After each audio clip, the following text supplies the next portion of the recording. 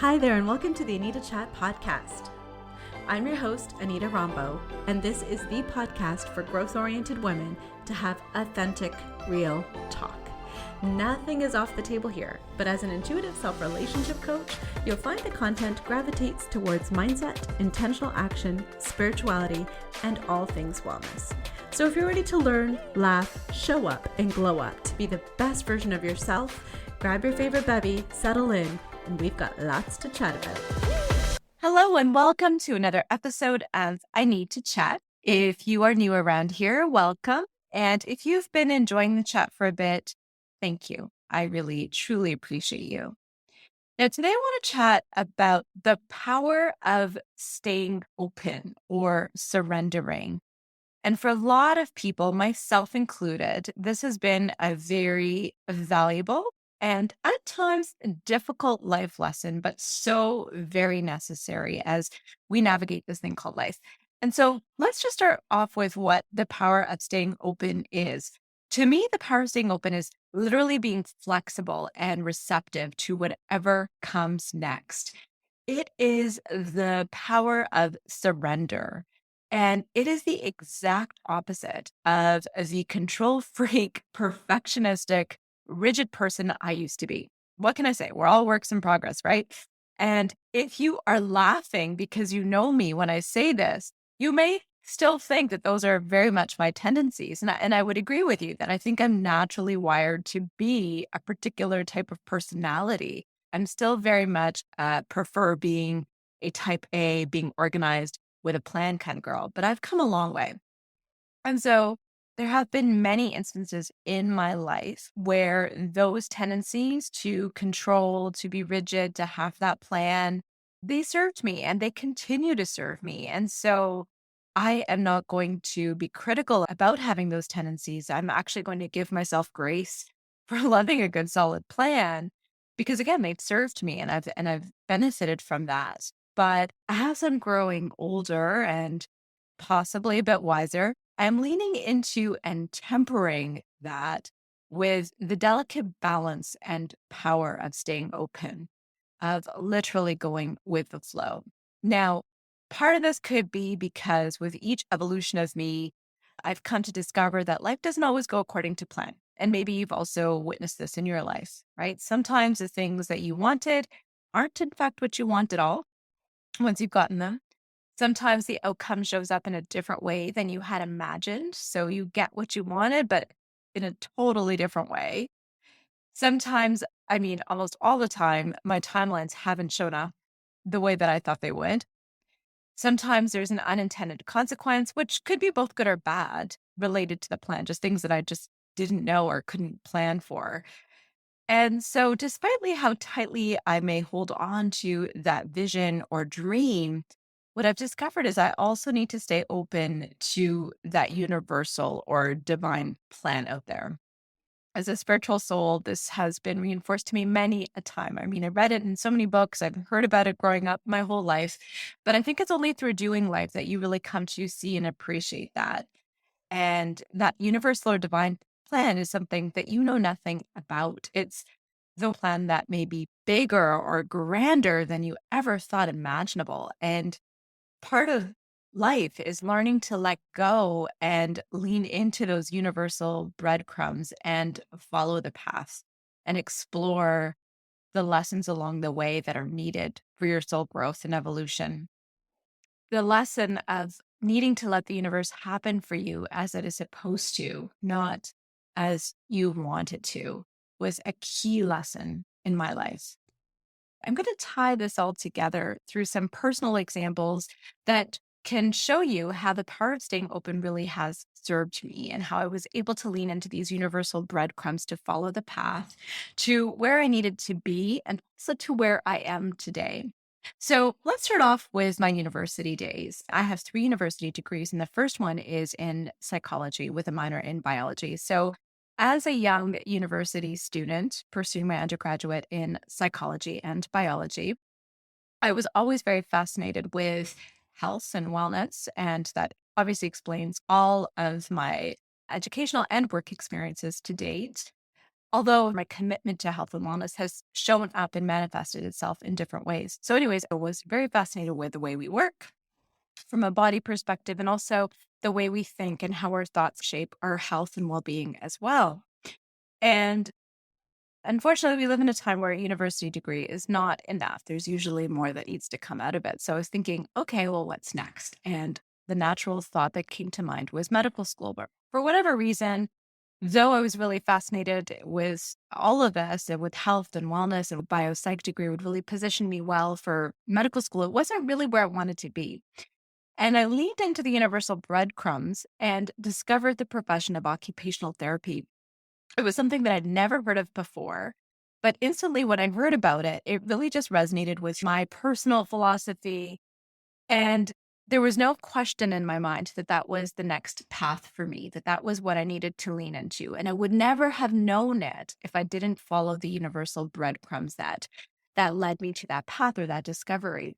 And what I loved about occupational therapy was it was about supporting health and well-being more from a holistic perspective of looking at a person in their entirety rather than looking at them as a medical diagnosis or putting them into a silo, to recognize that all these various different facets of a person lead them to where they are right now. And so in order to enable them to reach their health and wellness goals and get the functional outcomes that they want, you also need to come up with a multifaceted and a customized approach. And it really looked at the uniqueness of everybody and all the intricate parts that went in to make up a person. So that's the breadcrumb that led me to OT. And shortly of getting into the program, which is very competitive, I discovered or leaned into my nudge a little bit more and the power of staying open. And I just felt like, okay, I like this. I like this. This resonates with me. This aligns with me. But I feel like there's something more. And I'm not really sure what that is. And again, just staying open to what that could look like was many, many years in the making. I had that realization, but I kept myself open to learning and extracting and soaking up all the knowledge related to OT. I graduated with honors as a class president. I went on to serve as a healthcare professional, as an occupational therapist for 10 years in various diverse patient settings, working with different clinical populations. Really enjoyed each and every moment of it. But finally came to a point in my career where I realized where I was now curious about was creating impact on a bigger level and wanting to make some changes on a system level, because I realized that as much as I was trying to empower and support individuals one on one, sometimes our healthcare system was the roadblock that kept us from having people show up to be their finest. And for me, then that meant going back to school and pursuing my MBA. And I knew nothing about business. I knew nothing about business at all. In fact, the only thing I knew about business was as a self-employed healthcare professional. There was a whole administrative aspect to managing my business that I'd never, ever learned before. And I wasn't even sure I was doing right. And so at the very least, I thought, okay, well, I'm going to stay open to this possibility. I'm going to learn at the very least how to be a better businesswoman as an occupational therapist, or by doing my MBA, I could possibly make impact on that greater, grander scale that I want. Or it could lead me to other opportunities, maybe working in an entirely different area. I'm going to just allow myself to lean in to the joy and curiosity and love of learning versus the shoulds and the coulds and following a plan. And so I went into the MBA program. And instead of having a particular vision of the outcome of where I needed to be at the end of it, I just allowed myself to take courses that felt right, that felt aligned, that really interested me. If you asked me within those first months of the MBA program what I expected to get at the end of it, I couldn't tell you definitively. I couldn't say that I'm going to go back to the profession of occupational therapy, or that I was going to go back into even the healthcare industry or stay in that sector. I couldn't tell you a damn thing. All I could tell you was that I was hoping to continue my passion and my lifelong desire to learn and to grow and to create impact. And that impact would be in something or in a way that really resonated with who I was. That was all that I was looking to accomplish. And so I was really staying open to the possibilities, to this or something better. Because while we have a vision for ourselves and we want the best for ourselves, we aren't aware of all the possibilities. What if something better could be what's in store for us? I think it's really behooves us to stay open to what that could look like. When I was in biopsych, I had no idea about occupational therapy, and I would have maybe settled for medical school because I think it checked off all my boxes. But by leaning into the power of staying open, I discovered a new profession that was awesome and really highly rewarding. By leaning into a whole new field of study, by studying business and doing my MBA, I again opened myself to possibilities that I may not have known existed. And so, also, while we are on this topic of staying open, I think it's worthwhile to take a look at what happens when we aren't staying open. So, when we're not staying open to all the possibilities, when we're resisting what could be out there because we're really fixated on what we think should happen, what we really want to happen, and we're holding ourselves close to all those other possibilities, to that universal plan. Sometimes the universe has no choice but to give us what I like to call a tower moment.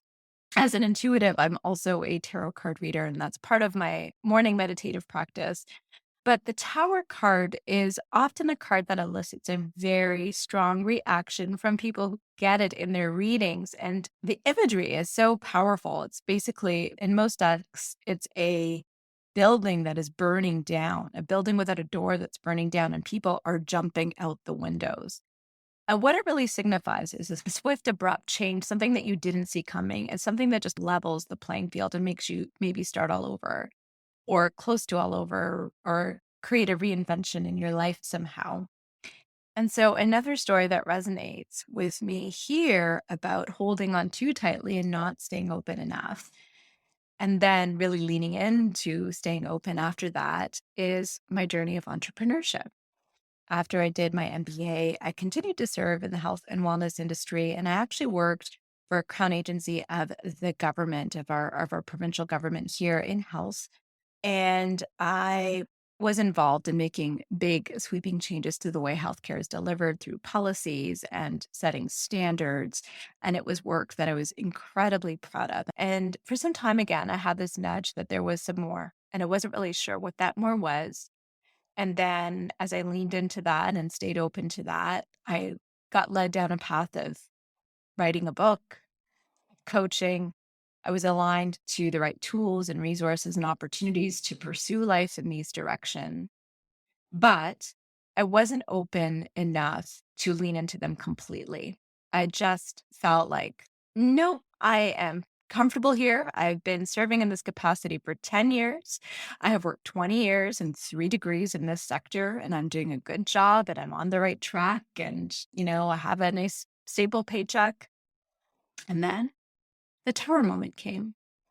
There was a corporate reorg, and that gave me the time, the opportunity, and even the resources and the means to engage in a life of entrepreneurship full time and to lean into those things that I previously was getting the nudge for and was semi in. I went from resisting what I felt was the calling and semi leaning into it, semi acknowledging that those nudges were there and aligning myself very loosely to going all in. And I think that was part of the universal plan for me at this point, this iteration, at this evolution of my life. And real talk here, as hard as it has been to stay open at times, I do really want to acknowledge that the power of staying open has been so much better for me. And when I lean into the expectation and the faith that the universe is leading, and I don't need to have all the answers, I don't need to lead. I do not need to have all the steps mapped out. I feel lighter. I feel less pressure. Like a huge weight has been taken off my shoulders. And I do feel more joyous and curious about life because I'm actually enjoying the path for the sake of being on the path and not for this outcome that I think I must achieve. I'm much more detached to what that outcome needs to be.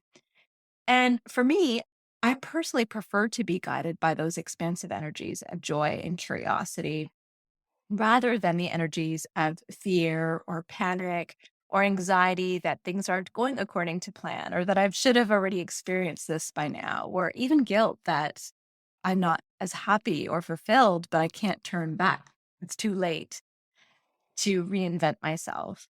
How is not your concern? And that might be a really tough lesson to master, especially if you might have been a fixer like me in a previous iteration of you. But it is just so important to stay curious. And staying open doesn't mean that you're untethered. It doesn't mean that you don't have a vision or goal. You're still very much anchored and aligned to your values and alignment with who you are authentically. You're listening to your inner self, but you are open to the how it's going to show up.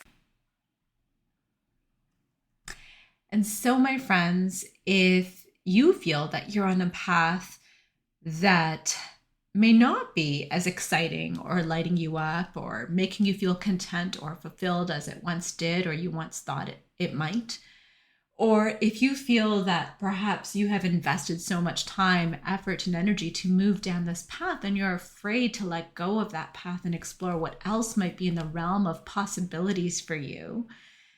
And if you're just looking to get back to yourself and to find something that truly lights you up and is authentically aligned to you, I'd encourage you to obviously stay open to all the possibilities, but also to stay open to the possibility that you might be a perfect fit for my newly launched Signature 101 coaching program that literally is hot off the presses. It just launched this week, and it's really going to help you bring you closer to yourself, feel more content, satisfied, fulfilled, resonant with your true life purpose, and help you feel excited and really lean into those joys that await you in your life.